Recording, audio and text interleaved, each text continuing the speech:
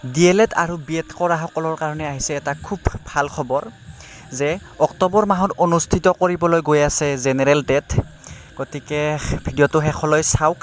2020 চনত পাতিব নোৱাৰা টেট 2021 চনত অনুষ্ঠিত হ'ব।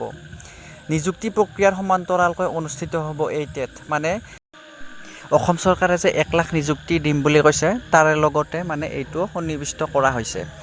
BEd DLEDৰ চূড়ান্ত বৰ্ষৰ প্ৰাৰ্থীয়ে দিব পাৰিব টেট। প্ৰথমে জেনেৰেল টেট, তাৰপিছত বিশেষ টেটৰ ব্যৱস্থা। মানে বিশেষ টেটটো পিছতে হ'ব বুলি কৈছে, আৰু জেনেৰেল টেটটোহে আগত পাতিব। CTET উত্তীৰ্ণ প্ৰাৰ্থীয়ে দিব পাৰিব ৰাজ্যিক টেট।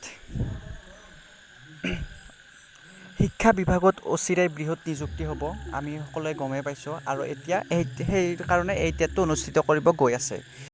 সৰ্বশিক্ষা অভিযান মিছন কাৰ্যালয়ত শিক্ষামন্ত্ৰীয়ে সংবাদমেলযোগে এই কথা আজি ঘোষণা কৰে। BEd DLEDৰ চূড়ান্ত বৰ্ষৰ প্ৰাৰ্থীয়ে দিব পাৰিব এই টেট।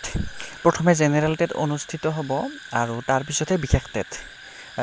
জেনেৰেল টেটটো মানে আগতে অনুষ্ঠিত হ'ব, কিন্তু বিশেষ টেটহে নিয়মমতে আগত হ'ব লাগিছিল।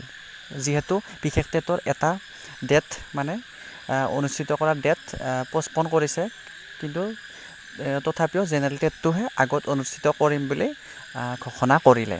গতিকে সকলোৱে সাজু খবৰ হ'ল, আৰু BEd DLED কৰাসকলৰ কাৰণে এইটো এটা খুব ভাল খবৰ। তো ভিডিঅ'টোত এইখিনি আছিল। ধন্যবাদ।